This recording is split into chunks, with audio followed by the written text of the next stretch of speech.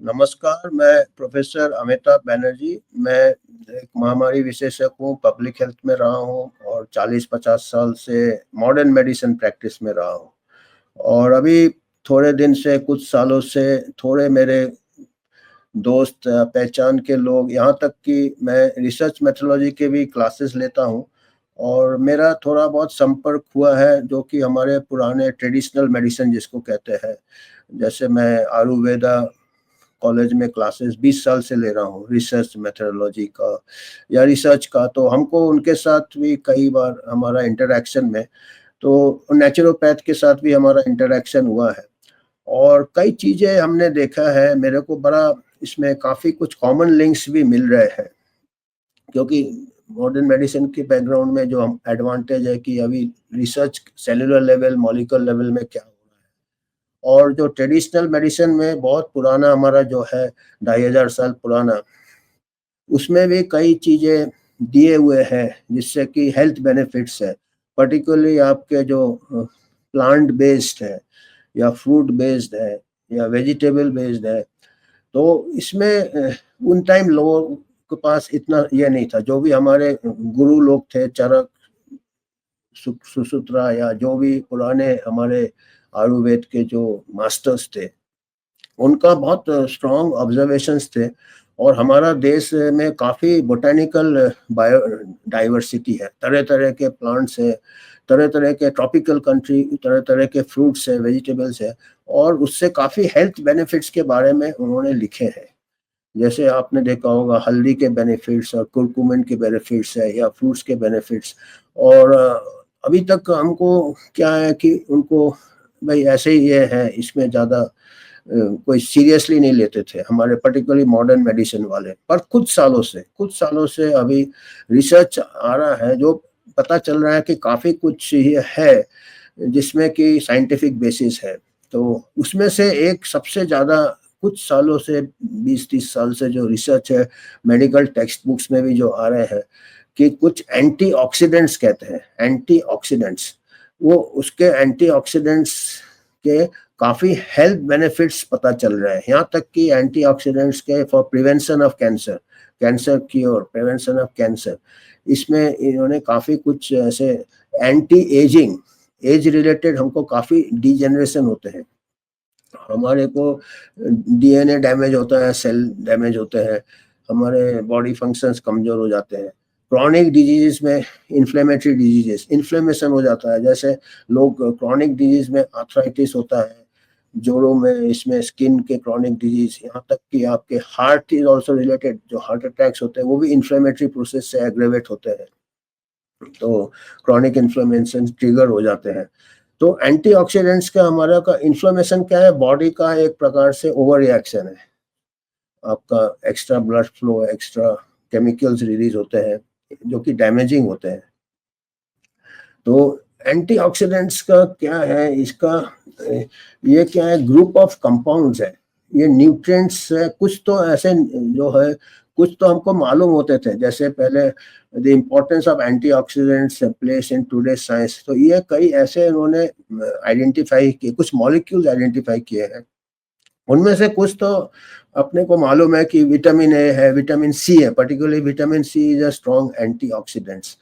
तो ये, उसके अलावा उसके नॉन न्यूट्रिएंट्स भी हैं, जैसे plant phenols, phenols group of molecules है, फ्लेवोनॉइड्स है, पॉमरीन है, अलग अलग नाम बड़े मुश्किल है, मैं इसलिए लिख के रखा हूँ। पर जो भी है कि ऐसे मॉलिक्यूल्स आइडेंटिफाई किए जा रहे हैं। किसमें ये किए जा रहे हैं, ऐसे प्लांट फूड्स में, पर्टिकुलरली वेजिटेबल प्लांट्स में।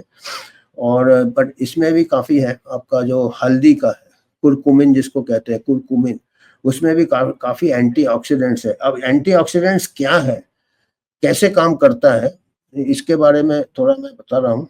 ये क्या होता है कि जो फ्री रेडिकल्स को क्लियर करते हैं, फ्री रेडिकल्स, फ्री रेडिकल्स क्या है, जब भी कोई हमारे बॉडी में दिन भर फैक्ट्री जैसा काम करता है हमारा बॉडी, कुछ ना कुछ, हाँ, डाइजेशन होता है या फिर इसका भी काफ़ी कुछ केमिकल रिएक्शंस होते हैं, उसके कुछ अपने वेस्ट प्रोडक्ट्स होते हैं, उसके उससे कुछ केमिकल्स रिलीज होते हैं जिनको कि फ्री रेडिकल्स कहते हैं। फ्री रेडिकल्स क्या है, बहुत अनस्टेबल होते हैं। इसमें से दो टाइप के होते हैं, एक तो ऑक्सीजन होते हैं, रिएक्टिव ऑक्सीजन स्पीशीज कहते हैं, और एक non oxygen nitrogen species. Reactive oxygen species, तो ये ऑक्सीजन हल्का, इसके इलेक्ट्रॉन्स फ्री रहते हैं थोड़े, और ये दूसरे एग्रेसिवली बॉडी को डैमेज करते हैं फ्री रेडिकल्स, क्योंकि ये किसी के साथ भी रिएक्ट करते हैं। तो फ्री रेडिकल्स क्या है कि कोई भी हमारे बॉडी में दिन भर केमिकल रिएक्शन चलता रहता है, हर मिनट चलता रहता है, हम सांस लेते हैं, ये लेते हैं, उसके जो रिएक्शन के जो कचरा निकलता है उसको हम फ्री रेडिकल्स कहते हैं। और फ्री रेडिकल्स का कचरा जो होता है वो डीएनए को हार्म करता है, हमारे बॉडी के सेल्स को हार्म करता है, हमको एजिंग बढ़ा देता है, हमको डीजेनरेटिव डिजीज बढ़ा देता है। और ये एंटीऑक्सीडेंट्स क्या काम करता है, ये फ्री रेडिकल्स को साफ करता है। ये एक प्रकार से, जैसे हम समझाने के लिए सिंपल वे से हम समझा सकते हैं कि हमारे जो घर रहता है, घर में दिन भर खाना बनता है, खाना लोग खाते हैं, फेंकते हैं, डस्टबिन बनाते हैं, फिर कचरा हम बाहर रख देते हैं दरवाजे के बाहर, फिर वो कचरा को ले जाते हैं, वो स्कैवेंज, जो कचरा उठाने वाले कचरे को लेके उसको, तो वो कचरा जो है हमारा, वो बॉडी में भी ऐसा दिन भर का इसमें प्रोसेस में फ्री रेडिकल्स बनते हैं, जो कि कचरा जैसा आता है उसको क्लियर, जैसे हम घर में अगर कचरा नहीं क्लियर करेंगे तो घर गंदा होगा, फिर बीमारियां होगा। तो बॉडी में भी जो है हमारे माइक्रो लेवल में कचरे बनते रहते हैं, जिसको कि हम फ्री रेडिकल्स कह सकते हैं, कही है। और ये जो है एंटीऑक्सीडेंट्स है, ये फ्री रेडिकल्स को क्लियर कर देते हैं, बॉडी से बिल्कुल एलिमिनेट कर देते हैं, न्यूट्रलाइज कर देते हैं। क्योंकि फ्री रेडिकल्स ऑक्सीडेटिव करता है, ऑक्सीडेटिव स्ट्रेस देता है, ऑक्सीडेटिव स्ट्रेस, और ये एंटीऑक्सीडेंट्स उसको न्यूट्रलाइज करता है। तो ये इतना इंपॉर्टेंट रोल है, इसके ऊपर अभी भी रिसर्च चल रहा है, पर ये अभी इससे क्या मिलता है, हमको थोड़ा साइंटिफिक बेसिस मिल जाता है।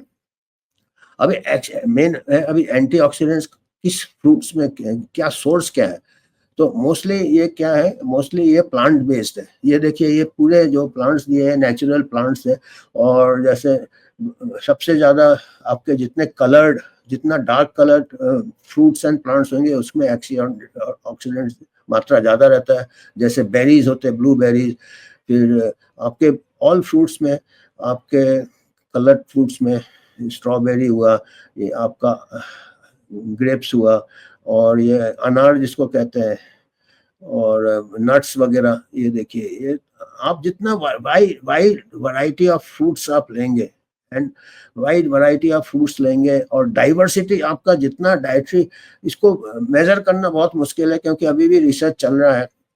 और हमारे पहले जो बोल गए थे ट्रेडिशनल मेडिसिन वाले या नेचुरोपैथ, वो सब अभी इसके मॉडर्न रिसर्च टेक्निक से इनके साइंटिफिक बेसिस आ रहे हैं।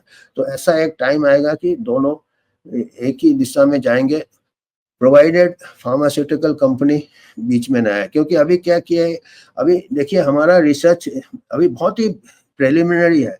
अभी एंटीऑक्सीडेंट्स में कौन सा चीज हम सोच रहे हैं, पर उसके जो हम पूरा फ्रूट लेते हैं उसके साथ और भी कुछ केमिकल्स होंगे, मॉलिक्यूल्स होंगे, जिसके बारे में हमको मालूम नहीं, हो सकता उनका भी बेनिफिट हो रहा है।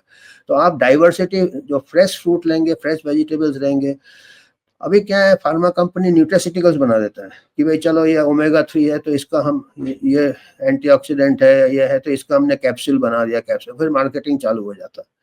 तो अभी ठीक है, उसके ऊपर भी रिसर्च किया हुआ है कि ऐसे न्यूट्रास्यूटिकल से इतना इफेक्ट नहीं है जितना आपका फ्रेश फ्रूट से इतना इफेक्ट है, उससे कुछ बेनिफिट के शोध हुए हैं।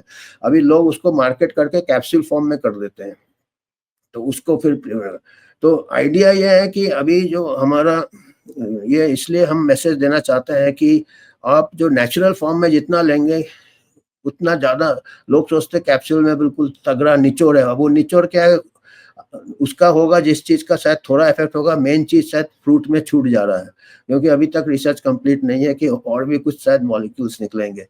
तो अभी फिर अल्ट्रा प्रोसेस्ड फूड निकल गया, फास्ट फूड, उसमें जो ऐसा उसको ये करते हैं मैन्युफैक्चरिंग प्रोसेस की, पूरा कुछ नेचुरल, ये फाइबर निकल जाता है, एंटीऑक्सीडेंट निकल जाता है, पता नहीं, तो उसमें बेनिफिट इतना नहीं मिलेगा। तो ये एक मैसेज था आपको कि आपका जितना नेचुरल, और कितना रिकमेंडेशन है, कम से कम 5 हेल्पिंग्स, 5 बार लेना चाहिए आपको वेजिटेबल फ्रूट्स।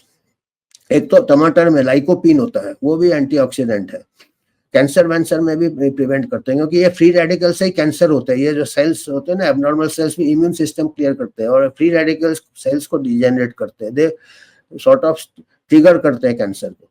तो आप अगर एंटीऑक्सीडेंट लेंगे तो आपका कैंसर रिस्क भी कम हो जाता है। और दूसरा, आई में भी एंटीऑक्सीडेंट काम करता है। एज के साथ मैक्यूलर डिजेनरेशन हो जाता है, वो सब एंटी ऑक्सीडेटिव स्ट्रेस के लिए, एजिंग डिले करेगा आपका एजिंग।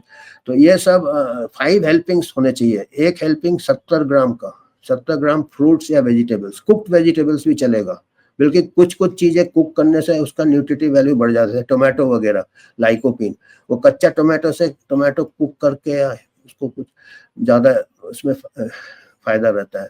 तो आइदर कुक्ड और either raw fruits and vegetables, minimum 5 helpings a day, 70 gram का। सो 70 इंटू 5, 350 ग्राम एक इंसान को। केला हुआ, फ्रूट्स हुआ, ऑरेंजेस हुआ, कलर्ड फ्रूट्स जितना है उसमें एंटीऑक्सीडेंट ज्यादा रहते हैं। तो ये आज हमारा यही मैसेज था, और धन्यवाद। और हमारा एक यूएचओ है, यूनिवर्सल हेल्थ ऑर्गेनाइजेशन, जो कि हम क्राउड फंडिंग से हम इसको सस्टेन करते हैं। और इससे जितना भी हमको डोनेशन मिलता है, आपको अगर डोनेट करना आप कर सकते हैं, और उससे हम रिसर्च करते हैं और करने का, और जैसे हमको फंड ज़्यादा मिलेंगे तो हम अपना और अच्छा रिसर्च करेंगे, आप तक पहुंचाएंगे। तो धन्यवाद।